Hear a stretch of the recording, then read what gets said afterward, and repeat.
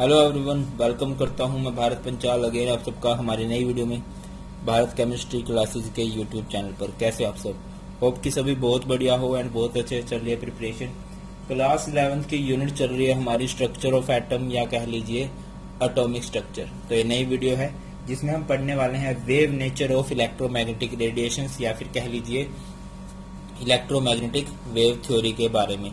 बिल्कुल बेसिक से सारी बात समझेंगे और अच्छे से आपको समझ में आ जाएगी। मैं फुली श्योर मतलब गारंटी देता हूँ आपको अच्छे से समझ में आएगी एंड इसके न्यूमेरिकल्स भी अच्छे से देखेंगे हम लोग। सो विदाउट वेस्टिंग टाइम चलिए स्टार्ट करते हैं। सबसे पहली बात, इलेक्ट्रोमैग्नेटिक वेव थ्योरी के बारे में क्या बात है। तो ये थ्योरी जो दी थी किसने दी थी भाई? जेम्स क्लार्क मैक्सवेल ने। किसने दी थी? पहली बात तो यहीं से, जेम्स क्लार्क मैक्सवेल। कब दी थी? इन 1864, 1864 की ये बात है। क्या बात थी? स्टार्टिंग से बात समझते हैं। पहली बात तो ये है कि इस थ्योरी के अकॉर्डिंग पहली बात ये थी कि जैसे कोई भी सोर्स ऑफ हीट है, कोई भी सोर्स ऑफ हीट है, चाहे कोई बल्ब है, चाहे कोई हीटेड रोड है, उसमें से जो एनर्जी निकलती है, जो रेडिएशंस निकलती हैं, उन रेडिएशंस को बोला जाता है रेडिएंट एनर्जी। तो किस तरह से लिखेंगे? पहला पॉइंट हम, the energy is emitted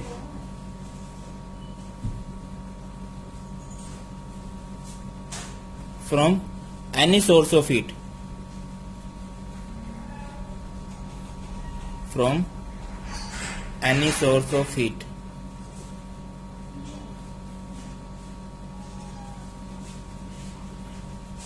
continuously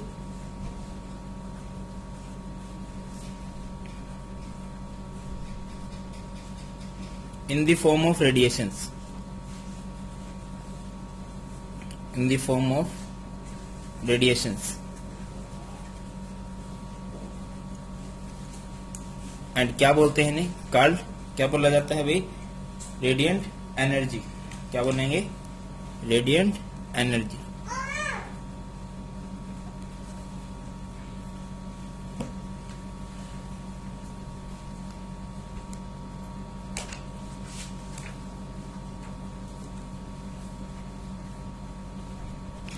okay, होती है ये बात कि कोई भी अगर सोर्स ऑफ हीट है उसमें से जो रेडिएशन से निकलने वाली है, जो हीट निकलने वाली है, वो कॉन्टिन्यूसली निकलेगी एंड उसी को हम लोग क्या बोलते हैं? रेडिएंट एनर्जी बोलते हैं। अगली बात करें तो ये जो रेडिएशंस होती हैं इनके अंदर क्या होते हैं? Electric field and magnetic field के पार्टिकल्स होते हैं एंड ये ऑस्किलेट करते हैं। ऑस्किलेट का मतलब होता है लुढ़कना।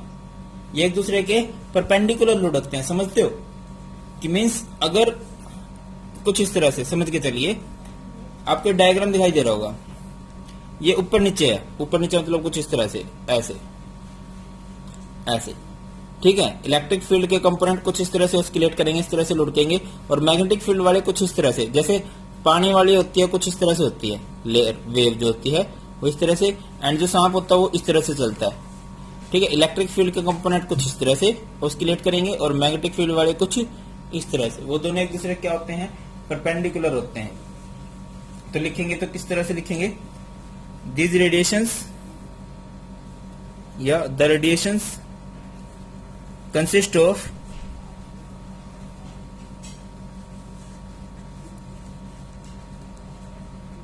Electric and magnetic field oscillating perpendicular to each other. Electric and magnetic field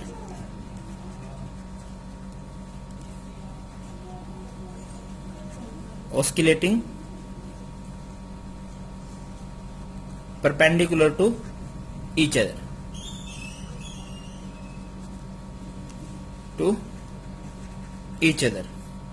and तीसरी जरूरी बात, ये एक दूसरे के परपेंडिकुलर होते हैं और ये दोनों ही परपेंडिकुलर है to the direction of propagation. अब बहुत से बच्चे तो इसी में कंफ्यूज हो जाते हैं। समझ के चलिए क्या मतलब हुआ इस बात का। क्या लिखोगे? and both are perpendicular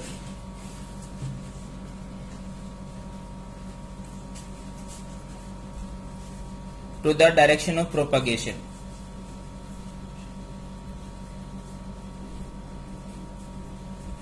To the direction of propagation.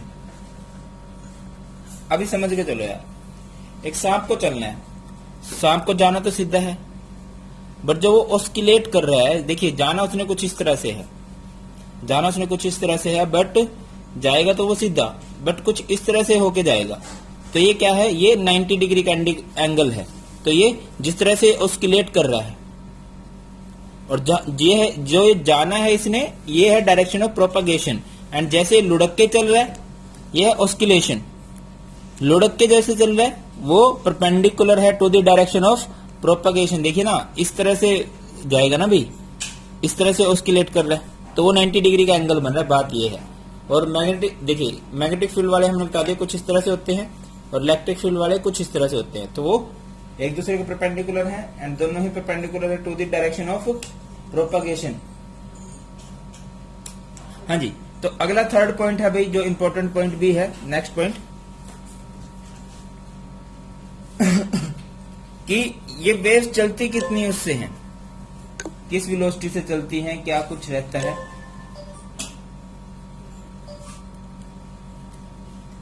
लिखोगे these radiations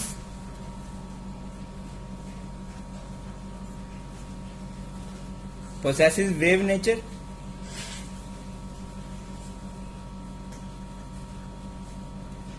and travel with the velocity of light. Travel with velocity of light. और velocity of light कितनी होती है भाई, पता ही होगा आपको, 3 × 10⁸, 3 लाख किलोमीटर प्रति सेकंड। आप इसको ऐसे लिख सकते हो, 3 × 10⁸ मीटर पर सेकंड। एंड लास्ट पॉइंट, ये भी इंपॉर्टेंट है कि these waves do not require any medium for propagation. These waves do not require any medium for any material medium कह लीजिए। जैसे पानी है, पानी को एक जगह से दूसरी जगह पहुंचाना है, तो मटेरियल मीडियम पाइप की जरूरत पड़ेगी आपको, बट इनको एक जगह से दूसरी जगह जाने के लिए किसी मटेरियल मीडियम की जरूरत नहीं पड़ती है। Material medium for propagation. एक इंपॉर्टेंट पॉइंट ये भी बनता है कि इनका नाम, अभी बात यह है कि इनका नाम इलेक्ट्रोमैग्नेटिक रेडिएशंस कैसे पड़ता है, इनके अबव कैरेक्टरिस्टिक्स की वजह से ही इनको क्या बोल दिया जाता है, इलेक्ट्रोमैग्नेटिक रेडिएशंस बोल दिया जाता है, या कह लीजिए इलेक्ट्रोमैग्नेटिक वेव्स बोल दिया जाता है। क्या बोल देंगे इन्हें हम, इलेक्ट्रोमैग्नेटिक रेडिएशंस और इलेक्ट्रोमैग्नेटिक वेव, रेडिएशंस और इलेक्ट्रोमैग्नेटिक वेव। ठीक है, अब इनके वेव के कैरेक्टर को भी हम देखेंगे, बट उससे पहले हम देख लेते हैं कि यार ये क्या हो रहा है, ये डायग्राम आपको क्या बता रहा है। देखिए, इन रेडिएशंस को जाना है इस तरफ, ये है इनकी डायरेक्शन ऑफ प्रोपगेशन, इस तरफ इन्होंने जाना है। अब क्योंकि इनमें दो पार्टिकल हैं, इलेक्ट्रिक फील्ड के पार्टिकल हैं, मैग्नेटिक फील्ड के पार्टिकल हैं, और वो ऑस्किलेट करते हैं। रिपीट करो, ऑस्किलेट बोले तो लुढ़कना, वो ऑस्किलेट करते हैं एक दूसरे के परपेंडिकुलर। ठीक है ना, एक इस तरह से होता है और दूसरा इस तरह से, मतलब एक पानी की वेव की तरह चलता है और दूसरा सांप वाली वेव की तरह मूव करेगा। ओके है, चलिए अब इसके वेव कैरेक्टर देख लेते हैं। तो आगे बढ़ते हैं, उससे पहले मैं एक बात अभी बता के हटा हूं कि ये जो रेडिएशंस होती हैं, जो किसी भी सोर्स से निकलती हैं, ये क्या कंसिस्ट करती हैं, electric field and magnetic field. ये ऊपर वाली इलेक्ट्रिक फील्ड है, ये जो आपको ब्लू पेन से दिखाई दे रही होगी, रेड से मैग्नेटिक फील्ड है। तो एक दूसरे के परपेंडिकुलर ऑस्किलेट करती हैं, एंड दोनों ही परपेंडिकुलर होते हैं to the direction of propagation. और जो जरूरी बात आप लोगों ने याद रखनी है कि इनकी वेवलेंथ सेम होती है, एम्पलीट्यूड सेम होता है, इनकी वेलोसिटी सेम होती है, फ्रीक्वेंसी सेम होती है, सब कुछ सेम होता है। अभी अलग बात आपको दिखाई दे रहा है नहीं दे रहा है, तो अभी आप कहोगे सर ये वेवलेंथ क्या कह रहे हो आप, वेवलेंथ एम्पलीट्यूड हमें तो पहले नहीं पड़ी। 9th क्लास में आप लोग एक चैप्टर पढ़ के आए होंगे, जिसका नाम था साउंड। साउंड में हमने वेव के बारे में पढ़ा था। तो कुछ ऐसी होती है वेव, ऊपर की तरफ हो जाती है, नीचे की तरफ होती है, कुछ इस तरह से। ये एक वेव दिखाई दे रही है आपको। ये जो ऊपर वाला पोर्शन है इसको क्रस्ट बोलते हैं, नीचे वाले को क्या बोलते हैं, ट्रफ बोलते हैं। तो वेवलेंथ किसे बोलते हैं, it is the distance between two consecutive crust और टू कंसेक्यूटिव ट्रफ। दो लगातार क्रस्ट के बीच का डिस्टेंस, या कह लीजिए दो लगातार ट्रफ के बीच का डिस्टेंस ही क्या कहलाता है भाई, वेवलेंथ। एंड इसको हम रिप्रेजेंट करते हैं लैम्डा से, लैम्डा LAMBDA, लैम्डा, ठीक है। और यूनिट क्या रहेगी, मतलब आपको आंगस्ट्रॉम के अंदर दिया हो सकता है, नैनोमीटर के अंदर दिया हो सकता है, पिकोमीटर के अंदर दिया हो सकता है। अगली बात करते हैं भाई फ्रीक्वेंसी की। फ्रीक्वेंसी क्या है, number of waves passing through a point in 1 second. एक पॉइंट में से, अच्छा एक वेव किसे बोल देते हैं, जब एक क्रस्ट और एक ट्रफ हो जाता है ना तो वो एक वेव कहलाई जाती है। रिपीट कर रहा हूं, जब एक क्रस्ट और एक ट्रफ हो जाता है तो एक वेव, फिर ये दूसरी वेव, ये तीसरी वेव, और यहाँ पे टोटल 4 वेव हैं। फ्रीक्वेंसी किसे कहते हैं, एक पॉइंट से एक सेकंड के अंदर कितनी वेव्स पास हो जाती हैं। यूनिट क्या रहती है, अच्छा डिनोट किससे करते हैं इसको, न्यू से। ये आपको दिखाई दे रहा होगा V सा है, एक्चुअल में V नहीं है, कुछ इस तरह से है, ठीक है ना। इसको रिप्रेजेंट किससे करते हैं, न्यू से रिप्रेजेंट करते हैं। यूनिट क्या रहती है इसकी, हर्ट्ज, या कह लीजिए साइकिल पर सेकंड, या कह लीजिए पर सेकंड भी सिंपली आप इसे कह सकते हो। नेक्स्ट बात करते हैं हम लोग वेलोसिटी की। वेलोसिटी वर्ड सुना होगा, क्या होता है, एक स्पीड कि कितनी स्पीड से एक वेव चलती है। Linear distance travelled by the wave in 1 second. एक सेकंड में एक वेव कितना डिस्टेंस ट्रेवल कर लेती है, वही उसकी वेलोसिटी है। इसको हम C से रिप्रेजेंट करते हैं। Next is amplitude. एम्पलीट्यूड किसे कहते हैं भाई, देखो ये आपने वेव बनाई है, अब ये एक वेव का क्रस्ट कितना ऊंचा गया है, या इसका ट्रफ कितना गहरा गया है, हाइट कितनी है, या फिर डेप्थ कितनी है, इसी को हम लोग क्या कहते हैं, एम्पलीट्यूड कहते हैं। A से रिप्रेजेंट करते हैं, और इसकी यूनिट क्या रहती है, जो लेंथ की यूनिट होती है।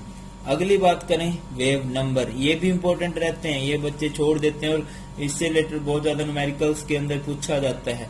तो पहली बात है वेव नंबर किसे कहेंगे, number of waves present in 1 centimetre length. 1 centimetre length के अंदर कितनी वेव्स प्रेजेंट हैं, उसी को हम लोग क्या कहेंगे, वेव नंबर कहेंगे।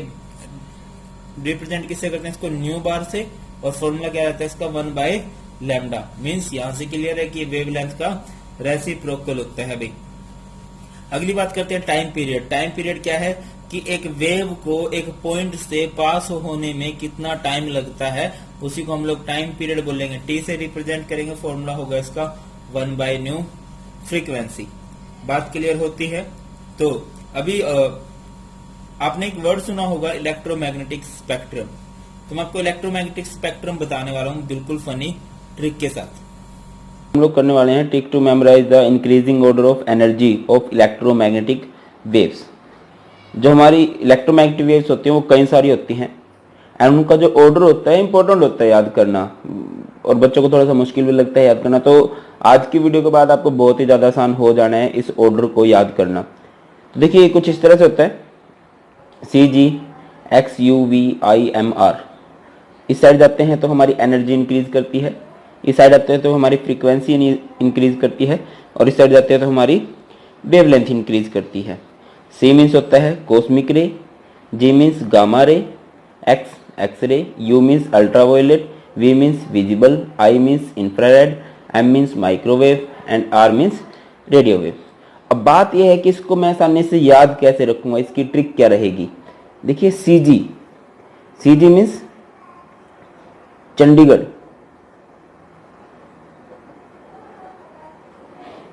चंडीगढ़। उसके बाद मे, ये CG मीन्स है चंडीगढ़, में हमने अपनी तरफ से ऐड किया है।